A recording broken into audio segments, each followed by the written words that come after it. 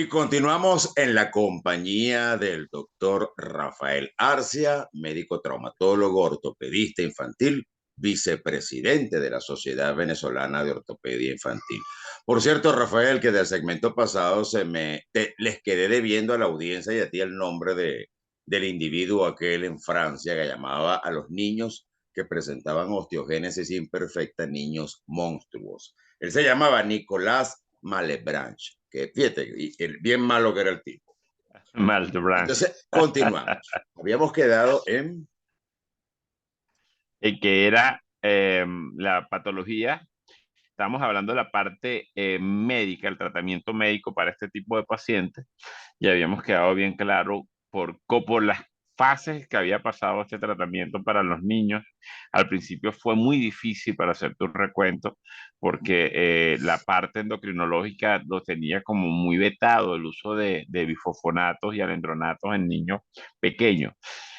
Pero bueno, se lograron las dosis adecuadas, las dosis pediátricas, y como todos salimos adelante con ese tipo de cosas. Ahora nos quedó una parte por vencer, que era la parte quirúrgica. ¿Ok? Como te dije, podemos poner un hueso muy grueso, una cortical muy gruesa, pero la cortical pierde flexibilidad. Eso es uno de los grandes problemas. Te fracturas menos, pero la cortical, al hacerse muy gruesa, no tiene la flexibilidad y se parte. Entonces, ¿qué pasa? Si tenemos un paciente, ¿cuál es la condición sine qua non para operar un paciente con osteogénesis imperfecta?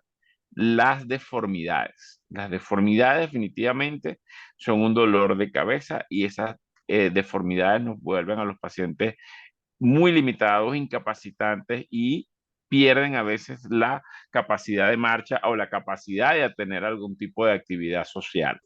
Ok, entonces ya pasamos a la parte quirúrgica y esto tiene su historia también, ¿no? Las primeras cirugías se hacían con cualquier tipo de material. Es de hacer notar que el canal medular de estos pacientes es muy delgado, es muy pequeño.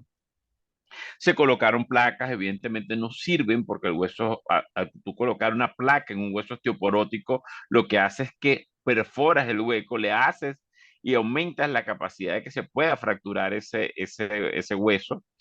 Si usaron fijadores externos, tampoco sirve porque terminas igualmente perforando el hueso y la presión, la gravedad termina rompiendo este hueso. Lo único que hasta ahora ha dado buenos resultados es la inmovilización o la fijación intramedular o endomedular para este tipo de pacientes. Pero esto ha pasado por diferentes etapas. ¿Qué ha pasado? Comenzamos con Steinman, con clavos muy delgados, donde teníamos que fijar. Las cirugías que se hacían anteriormente eran muy cruentas, eran abiertas. Me acuerdo que tuve la oportunidad de ver una sola, donde abrían la pierna, una incisión inmensa, donde el hueso quedaba expuesto, se cortaba como una especie de tren, para no decir chorizo, como dicen en mi tierra, cortaban los huesos como un tren, pasaban enhebraban todo el hueso con el clavo para mantenerlo derecho. ¿Cuáles eran las consecuencias de esto? Uno, al quitarle la irrigación al hueso, desperiostizar el hueso, comenzamos teniendo un hueso muy marmóreo, muy duro y probablemente se iba a fracturar luego. Pero era eso lo que se conocía. El problema también es que cuando el clavo dejaba de proteger el hueso como tal, o sí, la parte del hueso hacía fracturas periimplante. Eso tampoco era la solución completa. Nacieron los primeros clavos, los clavos de Sofil, que son clavos que eran telescópicos, era una antena estos clavos. Eh, la forma de anclarse era en las epífisis del hueso y estos clavos crecían con los niños. Pero ¿cuál era el defecto que tenía el clavo? Uno, no tenían la tecnología adecuada, entonces tenían clavos que la hembra era muy gruesa y el macho era muy fino. Cuando comenzaba el alargamiento, terminaba doblándose, arqueándose y perdía su capacidad de elasticidad o de alargarse el clavo. Otro de los grandes problemas que ya era por parte de la técnica quirúrgica, como abríamos las dos articulaciones. Te pongo el ejemplo, si teníamos que hacer una tibia, teníamos que abrir la rodilla y teníamos que abrir el tobillo para poder colocar el clavo, ¿ok? Porque la forma de adherirse a las epífisis eran helicoidales y esto terminaba destruyendo un poco la epífisis también. Gracias a Dios, a medida se fue pasando, hubieron varios tipos de clavos. Nosotros en el Hospital Ortopédico Infantil se logró hacer un clavo donde se anclaba el epífisis, pero el único problema que teníamos que era un clavo macizo, porque no teníamos la tecnología para que fuera expansible o fuera telescópico.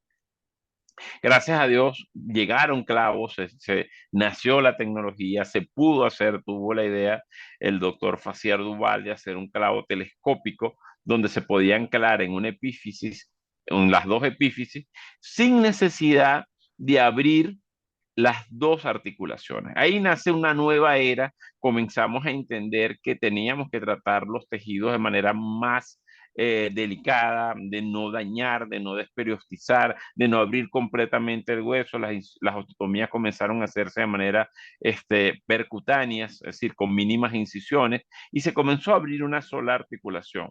Qué interesante esto, porque entonces logramos llegar a esa etapa donde el hueso podíamos tratarlo y las recuperaciones eran bastante buenas. Facer Duval, excelente el clavo, pero llegó un momento, crisis país, que no logramos tener el clavo nuevamente en el país. Y regresamos, dimos un paso atrás, yo diría como 10 pasos atrás, y comenzamos otra vez a colocar clavos que no eran telescópicos, a hacer una serie de cosas. Yo me negué siempre, yo siempre estuve en busca de que ese clavo no podíamos echar hacia atrás.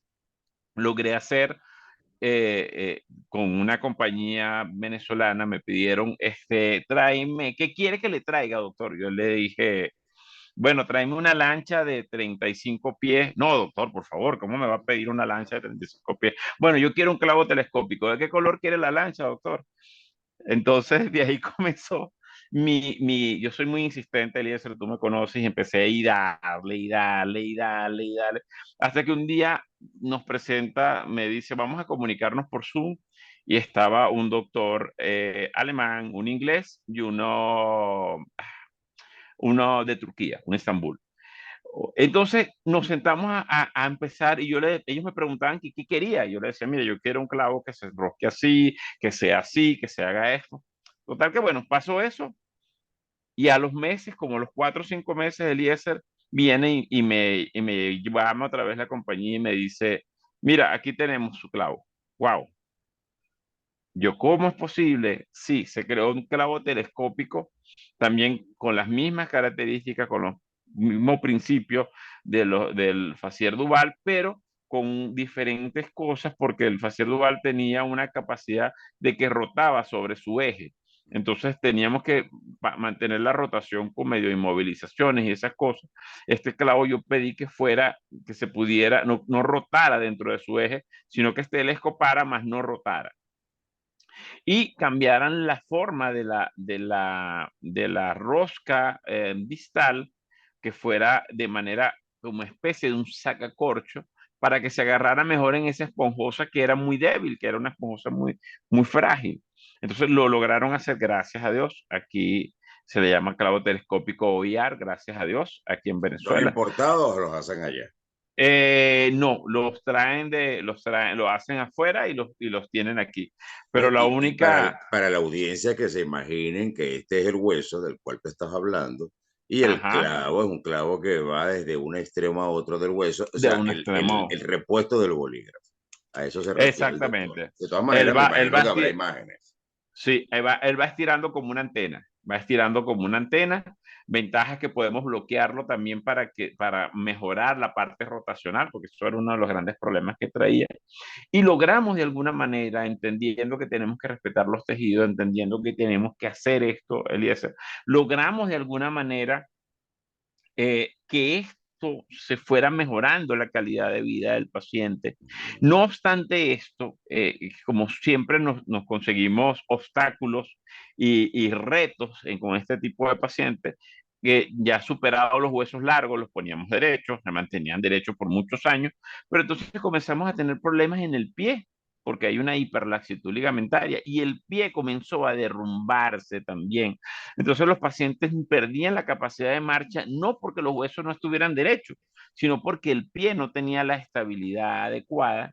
Okay, el pie se convertía en un pie plano muy severo y entonces el paciente perdía la capacidad de marcha. Así que me tocó sentarme a idear, esto sí lo hacemos aquí en Venezuela, una compañía que tiene su empresa metalúrgica y todo, y logramos hacer aquí en Venezuela, gracias a Dios, Fabricación Nacional, estoy muy orgulloso. Nos sentamos a diseñar un sistema de que le pusimos el nombre de STR, que es una endoprótesis para niños y adolescentes, personas o aquellos pacientes que tengan todavía sus articulaciones en buen estado y no necesitamos dañarlas. Algunos detractores dirán, bueno, pero es que hay otras endoprótesis, pero las endoprótesis entran roscadas dentro del seno del tarso y terminan haciéndome un cierre accidental de los núcleos, de las carillas articulares, o sea, haciéndome una anquilosis o una artrodesis de ese seno del tarso. Total que logramos hacer esto y esos son los avances, Eliezer, que tenemos ahorita en Venezuela. Colocamos ese sistema, ese setear en el pie y mantenemos la estabilidad del pie. Gracias a Dios, tengo el caso de Luis Alejandro, que luego también te lo voy a mandar en las láminas para que lo tengas allí. Vas a ver cómo este niño de alguna manera logró estabilizar, pasó un tiempo sin pararse, sin apoyarse, al estabilizar el pie, el niño comenzó otra vez a fortalecerse. Ya no es un niño, ya es un hombre de 17, 18 años, tiene Luis Alejandro. ¿Cuánto Pero mide? Porque recuerda que por mira, lo general ellos tienen baja talla. es de baja talla, el número de osteogénesis imperfecta tipo 3. La familia siempre lo apoya y voy a echar un piropo a Delia y a Andrés, que son los padres que están muy encima de Luis Alejandro. Eh, Logramos de alguna manera fortalecer, hacer que el niño volviera otra vez a tener esa capacidad de marcha, esa capacidad de incorporarse. No es lo mismo ver la vida sentado, ni ver la vida acostado, que ver la vida de pie. Entonces yo creo que estas son las cosas que hemos hecho de alguna manera, Eliezer, cambiar la calidad de vida de estos pacientes, cambiar su condición, incorporarlos a esta vida. El, eh, el viernes no, el sábado, viernes 3, perdón, en Maracaibo voy a dar un taller, voy a dictar un taller de clavos telescópicos para estos niños de osteogénesis imperfecta. El otro 11, porque este es el mes de la osteogénesis imperfecta, va a haber un evento que es una concierto, conferencia, donde les voy a hablar un poco también de esto que te estoy hablando, de estas condiciones, Yo cómo vi hemos en podido Instagram, mejorando. vi la invitación en tus historias. Sí, sí. Eso es lo que estoy tratando con ese paso de hormiguita, poniendo mi grano de arena para que estas cosas puedan funcionar, Eliezer. Definitivamente tenemos que ponerle corazón. Muchas veces nos quejamos mucho, pero nunca nos preguntamos qué hemos aportado, qué hemos hecho para que esto mejore. Y yo creo que esto es una de las cosas en las cuales yo me he propuesto a que wow, hay que mejorar la calidad de vida de los pacientes. ¿Todas las ganamos? No, muchas las perdemos, pero de esas que perdemos aprendemos a ir superando y a ir tratando de mejorar a estos pacientes. Yo pienso que eso es una de las cosas para mí bien importantes, Eliezer, y ir sobre esa marcha, ir haciendo las cosas. Por supuesto que sí. Tú sabes que acabo de recibir un video mientras estamos en la pausa. Un video casi que se me dan las lágrimas. Es un homenaje a los Ujú. médicos. Yo lo voy a proyectar, o aprovechando tus palabras y aprovechando este momento. ¿Tú crees más en la casualidad o en la causalidad? Yo creo que la casualidad no existe, la causalidad sí. Bueno, me acaba Estamos, de llegar este video y yo lo voy a proyectar al final de este programa, pero te lo voy a enviar a ti por teléfono para que lo veas ahorita al terminar la grabación. gracias, gracias, Eliezer. Yo creo que esa es una de las cosas, Eliezer, y ese sentimiento es mutuo de nosotros, pues trabajamos mucho tiempo juntos en el hospital y siempre estamos buscando cómo mejorar la vida de estos pacientes. Yo creo ¿Cómo que ayudar al paciente? cómo mejorar y cómo ayudar. Tú sabes que en estos días estaba leyendo un artículo de un antropólogo que le preguntaron para ella, cuándo fue el momento que nació la humanidad. Y ella dice, en el momento que descubrimos a un Homo sapiens con el fémur, que se fracturó con el fémur soldado, consolidado. Y ella dice que de allí nace la humanidad porque sencilla y llanamente esa persona que se fracturó, alguien tuvo que ayudarla porque en ese momento era la ley del más fuerte. Si te fracturabas, morías, porque quién te Sí. llevaba agua, quién te alimentaba y quién te protegía. Y ahí, y wow, cuando ella dijo eso, dije, es verdad, la humanidad nace en ese momento. La humanidad nace en el momento en que tú ayudas a otra persona a poder superar sus limitantes. Y voy a aprovechar para comentarte otra cosa. Yo no sé si tú estás al tanto de que aquí el gobernador Ron DeSantis, el gobernador de la Florida, acaba de firmar un paquete de leyes con lo cual ellos pretenden mejorar la atención médica de los habitantes de la Florida, porque en los Estados Unidos hay un déficit de médicos enorme, y al igual que lo hay también de maestros. Entonces, está en discusión, o no sé si ya lo discutieron suficientemente, pero el día Ya. 22 de mayo, aquí hay una reunión en Florida, en Miami específicamente, donde, bueno, vamos a ir médicos de todo el país. Principalmente, bueno, no es un secreto para nadie que la mayoría de la población aquí es cubana, pero los venezolanos nos estamos haciendo sentir aquí de manera muy importante. Y la comunidad médica que reside aquí en los Estados Unidos de Venezuela, somos un número importante. Y no solamente somos un número importante, sino que además, es chocante quizás que lo diga, pero aparece en las redes sociales. Estamos reconocidos como de los mejores médicos de Latinoamérica y los mejores médicos del mundo. Y yo siempre lo digo, los Amén. mejores médicos del mundo somos nosotros. Y siempre lo digo en este programa, puedes revisar grabaciones anteriores. Ahora que vivo aquí, que tengo 6 años aquí, cada día lo confirmo más. Los mejores médicos del mundo somos los médicos venezolanos. Más allá de los chistes de George Harris, que tiene mucha razón en lo que dice, pero La entonces verdad. el asunto es el siguiente. El déficit de médicos aquí en los Estados Unidos tiene varias causas, comenzando, bueno, por las razones económicas, porque es una carrera muy cara, han rebajado el precio de los test, de que son los exámenes que se presentan aquí, Ujú. las dificultades de la residencia, aparentemente, por lo que he escuchado, es algo, es bastante dura. No creo que sea más dura que cualquier residencia nuestra allá en Venezuela. Pero hay algo importantísimo. Un estudio muy serio, yo no me atrevo a especular, creo recordar que fue la Universidad de Harvard que lo hizo. Hizo una encuesta porque hay un déficit de médicos de 122,000 médicos en toda la Unión Americana. Y cuando le Wow. preguntan a los muchachos, a los adolescentes que están terminando el high school para nuestra audiencia, el bachillerato, ¿por qué no quieren estudiar medicina? Los muchachos jóvenes no quieren estudiar medicina aquí en los Estados Unidos. Bueno, ellos dicen que hay otras maneras de ganar mucho dinero en mayores cantidades de las que gana un médico sin tanta presión, sin permanecer ¿Qué, 4 años en una universidad y con el qué, qué, compromiso y la qué, responsabilidad que ello acarrea. ¿Tú sabes en qué se qué traduce eso? triste es eso, ¿no? Eso se traduce en falta de empatía. Quiere decir Ujú. que nuestras juventudes, a las nuestras juventudes cada vez menos les importan los demás. Es muy triste, pero Es sigamos con triste. osteogénesis imperfecta. Es muy triste.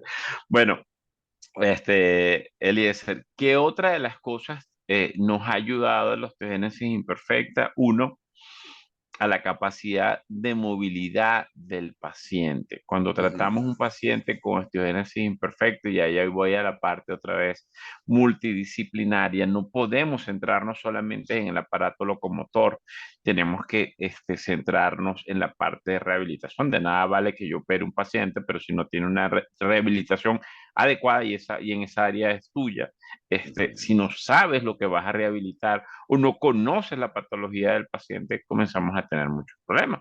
Porque a veces, claro, yo tengo problemas en el interior a veces, porque no conocen la patología, entonces no le hacen nada, o le hacen mucho y terminan fracturándolo. Entonces, estas cositas son detalles importantes que tenemos que conocer. El pediatra, que es nuestra mano aliada, como es el fisiatra, tiene que conocer la patología para poderlo referir, para poderlo tratar, para poderlo conocer. Si no tenemos el diagnóstico claro, no lo vamos a ver. Nos va a pasar por delante Y el el paciente y no lo foniatra y vamos a el ver. odontólogo y el psicólogo, porque Rafael, a mí me Exacto. tocó como fisiatra del Hospital Ortopédico Infantil en muchísimas oportunidades mandar a psicología, referir a psicología, mejor dicho, a los padres de estos niños y de niños portadores de otras condiciones como parálisis cerebral, que es una de lo que más veíamos allá o ven ustedes allá actualmente. Los tenía que enviar a Exactamente. psicología porque había inclusive parejas a punto de separarse, o Por parejas donde eso, separaban hombres que abandonaban a la mujer y mujeres que abandonaban a los hombres también, a los hombres así.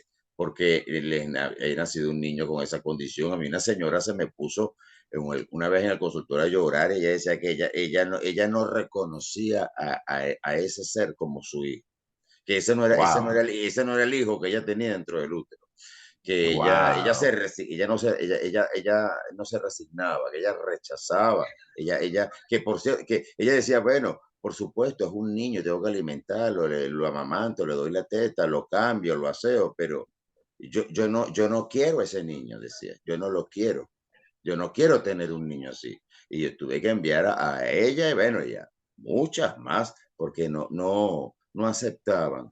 Había una negación de la condición que tenían sus hijos y tú lo dijiste al principio, son niños que suelen ser brillantes, más allá de que tengan una muy, discapacidad muy, muy musculoesquelética, que tengan un problema odontológico, que tengan hipoacusia o que sean sordos en el peor de los casos, pero su brillante. coeficiente intelectual para nada está No, afectado. son perfectos, ¿vale? Creo que son muy, muy brillantes, una capacidad intelectual por encima del promedio.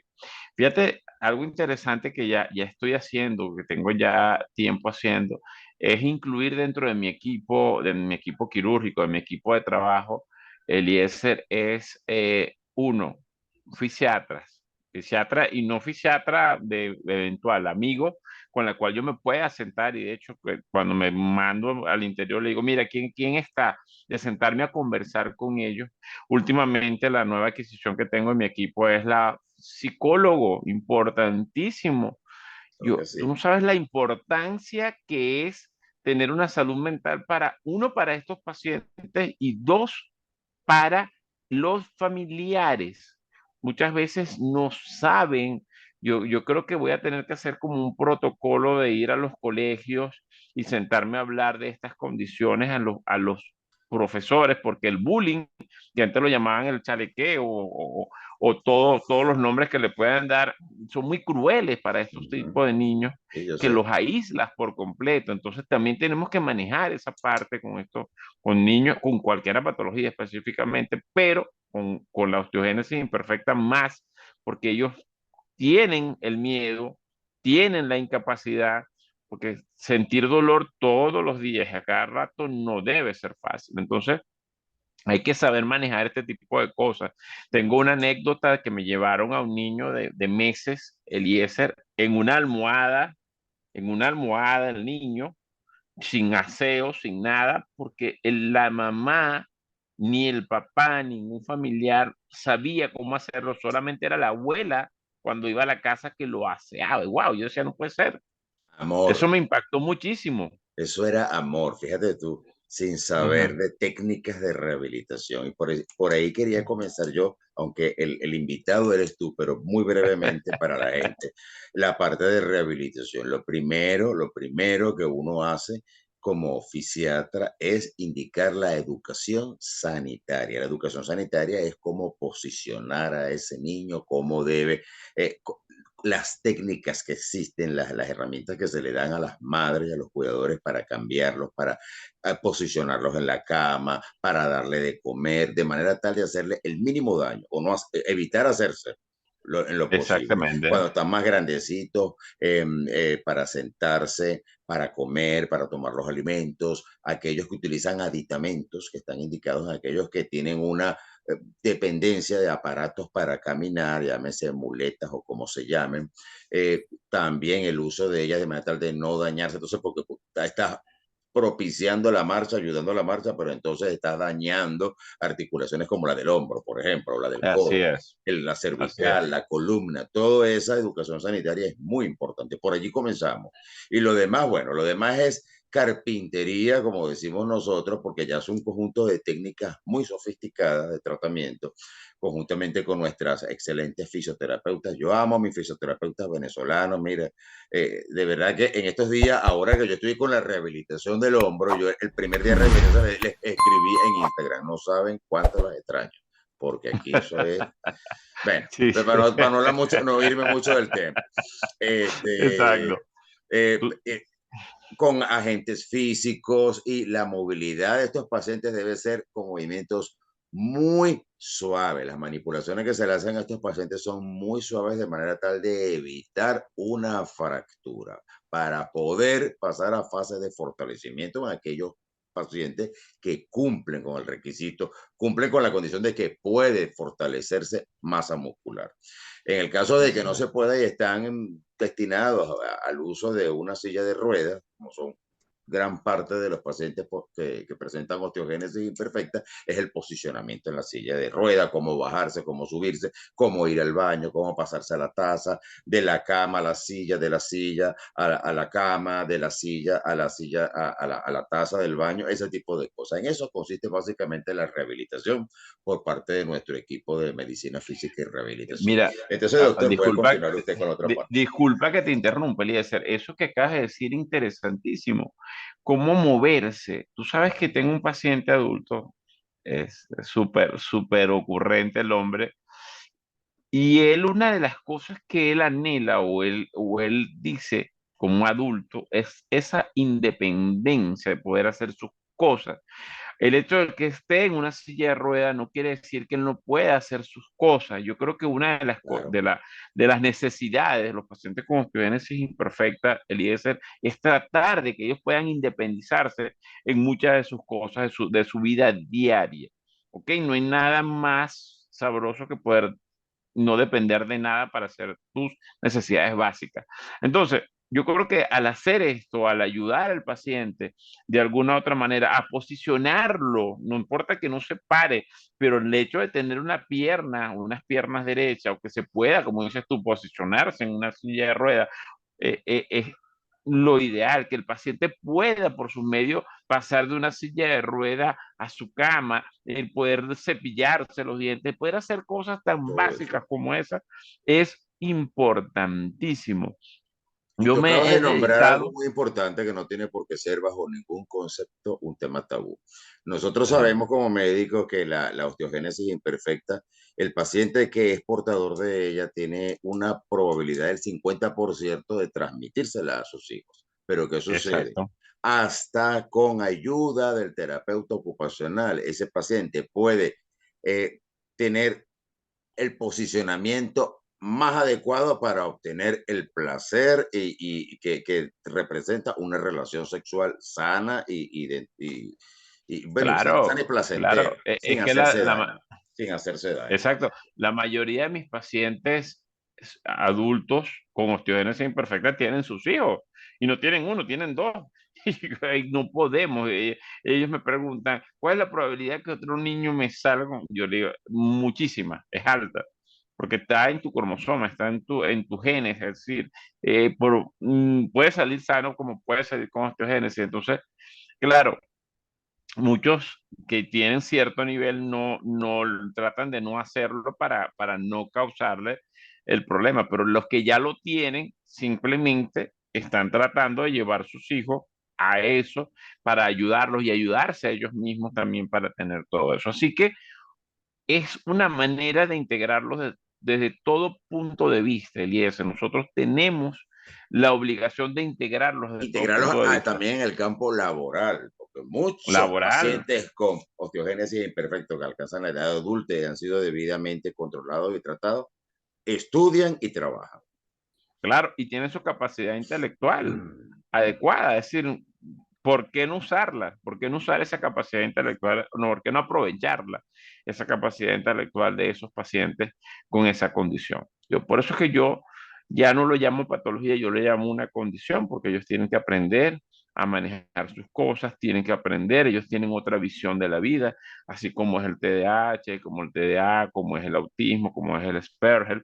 También la osteogénesis imperfecta es una condición a la cual ellos aprenden a vivir, aprenden a manejar, y lo importante de nosotros como médicos, nuestra función como seres humanos es darle la capacidad de que ellos puedan mejorar su condición, mejorar su capacidad de vida o su calidad de vida. Entonces, bueno, ya nos actualizamos en cuanto al tratamiento. ¿Alguna otra novedad que le quieras manifestar a la audiencia? No, por ahora eso es lo que estamos tratando de hacer.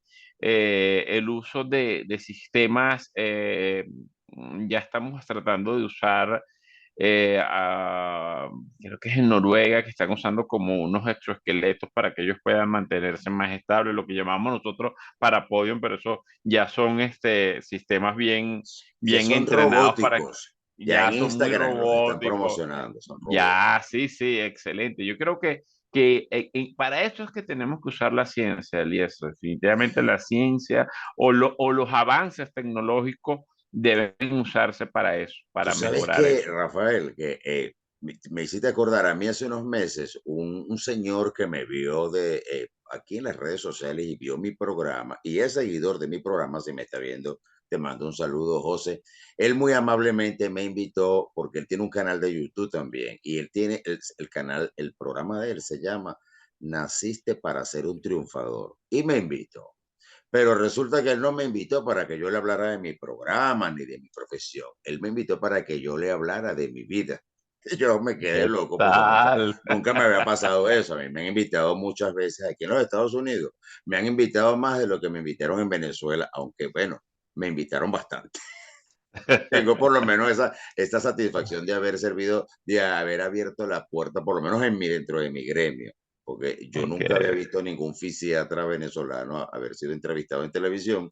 Y a mí, en la antigua Globovisión, me entrevistaron varias veces para hablar de los temas pues, que me competen a mi especialidad. Entonces, bueno, una de las preguntas que el señor me hizo fue la siguiente. ¿Qué opinas tú, Eliezer? Yo le dije que no me dijera doctor, que me tuteara.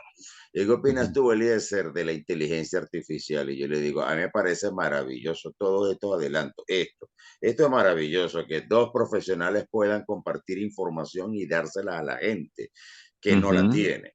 Por ejemplo, las redes, el Instagram, el Facebook, todo eso es importante. Y en cuanto a la inteligencia artificial, el problema de las redes sociales y todo adelanto, no es el adelanto per se, es el uso que se le da y quién lo utiliza. Ese es el verdadero problema de la inteligencia artificial. Por eso me acuerdo ahorita cuando tú dijiste que, bueno, todo esto está al servicio, puede estar al servicio de brindarle un beneficio a la gente. Ahora, fíjate, tú has tocado un tema bien interesante y que a mí en parte me asusta, Eliezer, por lo siguiente. La inteligencia artificial es muy buena, muy chévere, pero la artificial tiene que ir de la mano con la humanidad. A medida que nos hemos vuelto, le hemos dado rienda a a la inteligencia artificial, nos hemos olvidado de la humanidad. Y la humanidad es esto, es compartir, es conversar, es hablar. No puede ir la inteligencia artificial sola, porque ya se convierte en algo irracional. Nosotros necesitamos esa empatía, ese sentir, esa capacidad de ayudar al ser humano. Si la inteligencia artificial la dejamos por nuestro lado, perdemos la capacidad de la escritura, perdemos la capacidad del raciocinio, perdemos la capacidad de pensar por nosotros mismos. Dios, se nos ha ido. Ahorita cualquier cosa, voy a hacer una conferencia, déjame meterme al chat GPT y busco y me sale. No, Qué mediocridad, te dice. Qué sí, tristeza da eso. eso es terrible. La puedes usar como herramienta, pero usa tu lógica, usa tu inventiva, usa tu creatividad para Pero, hacer mi las hijo, si cosas. no lees, si no te informas, Mira, Ajá. te voy a poner dos ejemplos. Hoy casualmente mi fisioterapeuta me estábamos hablando de algo de Europa era. Y Ujú. entonces él me estaba comentando que él también conocía Europa. Ah, qué chévere, le dije yo, porque eso es importante, eso te da cultura general, eso es lo que tú te vas a llevar, el disfrute de tu vida también, forma parte del disfrute de la vida, conocer, así sea dentro de tu mismo país, conocer otros lugares que no sea el espacio al que tú estás destinado a estar circunscritamente.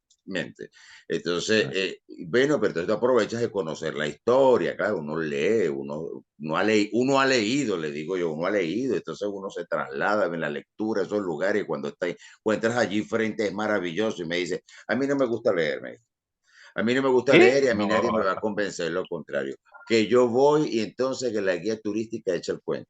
Y yo dije, oh my God. Y no, no. por ese tipo de gente, es que tú ves muchachos, yo vi ayer, antier en Instagram, una multitud de jóvenes allá en Venezuela. Bueno, su nuevo ídolo es un muchacho que come pescado frito y anda en la calle sin Crudo, camisa y crudo, descalzo, crudo, y crudo. cuando se monta en el carro se pone la camisa y quién sabe si cuando llegue a su casa se come un buen bistec bien frito. Exacto.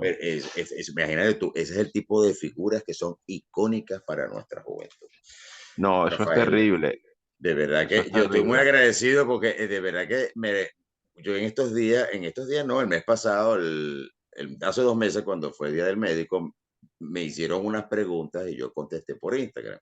Y yo le dije que si volvieran a hacer, yo volvería a ser médico. ¿Y qué te causa satisfacción? ¿Cuál es tu mayor gratificación como médico?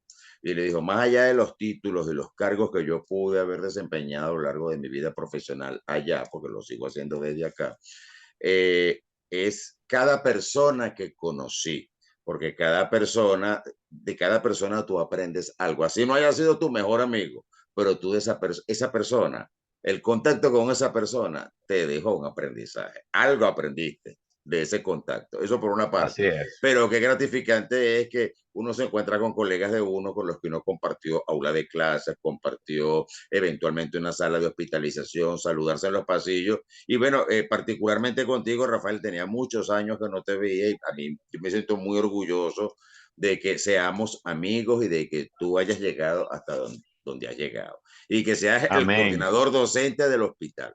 Porque, como te lo dije por teléfono, hacía falta un coordinador docente formado allí para que sepa por dónde meterse y por dónde no meterse. Eso por una Así parte. Y eres el es. vicepresidente de la Sociedad Venezolana de Ortopedia Infantil, cosa que a mí como amigo tuyo y colega me llena de orgullo. Así que no me queda Amén, más, amén. mi hermano, porque mi hermano querido, como nos decimos nosotros, mira, darte las gracias por estos minutos que le has concedido a mi audiencia y para todos ustedes. Un mensaje final que Yasub nos va a votar.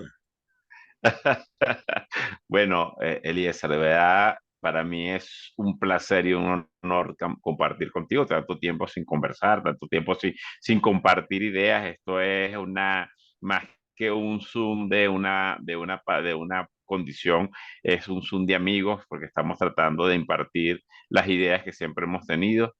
Y lo más importante, Eliezer, es mantener la humanidad, mantener la capacidad de poder ayudar a los demás. Yo creo que ese es un motor que nos impulsa, nos mantiene esa turbina de querer seguir ayudando y seguir manteniéndonos. A mí los muchachos me preguntan, doctor, ¿y usted sigue estudiando? Claro, yo estudio todos los días, porque para mí me fascina, me gusta y me gusta aprender. Y el día que el ser humano deje de aprender, por eso me asusta la inteligencia artificial, ya perdimos todo. Entonces el ser humano no puede dejar de aprender, no puede dejarse con lo que ya tienen, no conformarse solamente con lo que ve, tienen que leer, profundizar.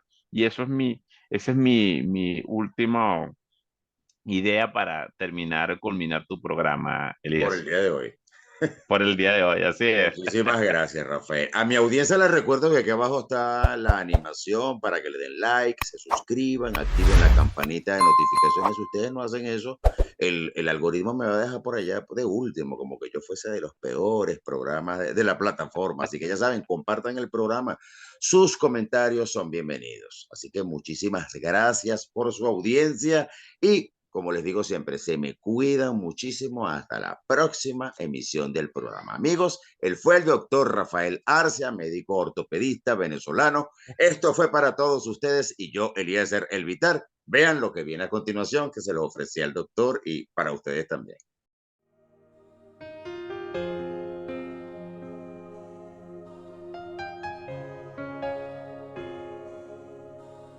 Apenas has llegado a trabajar, recibes la llamada de alguien que se encuentra mal.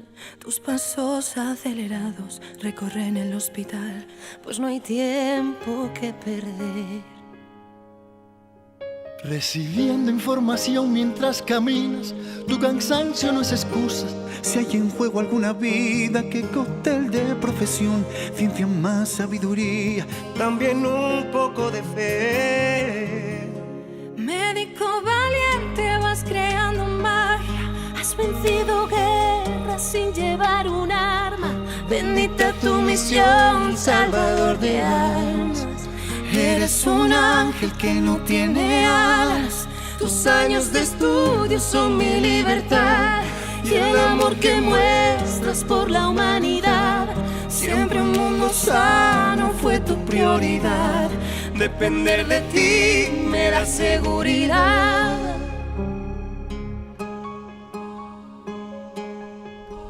con la sala de espera a reventar. Y en consulta en solitario, su vida te va a contar. Esta vez su medicina es que tienes que escuchar. Médico amigo, sé que lloras y nada has podido hacer por aquel hombre enfermo que acaba de fallecer. Pero otros te necesitan, te tienes que reponer, seguir y en ti creer. Médico valiente, vas creando magia, has vencido guerras sin llevar un arma. Bendita tu misión, salvador de almas. Eres un ángel que no tiene alas. Tus años de estudio son mi libertad y el amor que muestras por la humanidad. Siempre un mundo sano fue tu prioridad. Depender de ti me da seguridad. Médico valiente, vas creando magia, has vencido guerras sin llevar un arma. Bendita tu misión, salvador de almas. Eres un ángel que no tiene alas. Tus años de estudio son mi libertad y el amor que muestras por la humanidad. Siempre un mundo sano fue tu prioridad. Depender de ti me da seguridad. Tus años de estudio son mi libertad y el amor que muestras por la humanidad. Siempre un mundo sano fue tu prioridad. Depender de ti me da seguridad. Gracias por invertir tantas horas en descubrir cómo curarnos. Porque donde otros se rinden, llegas a contagiar esperanza. Sanas heridas con el mismo amor de una madre.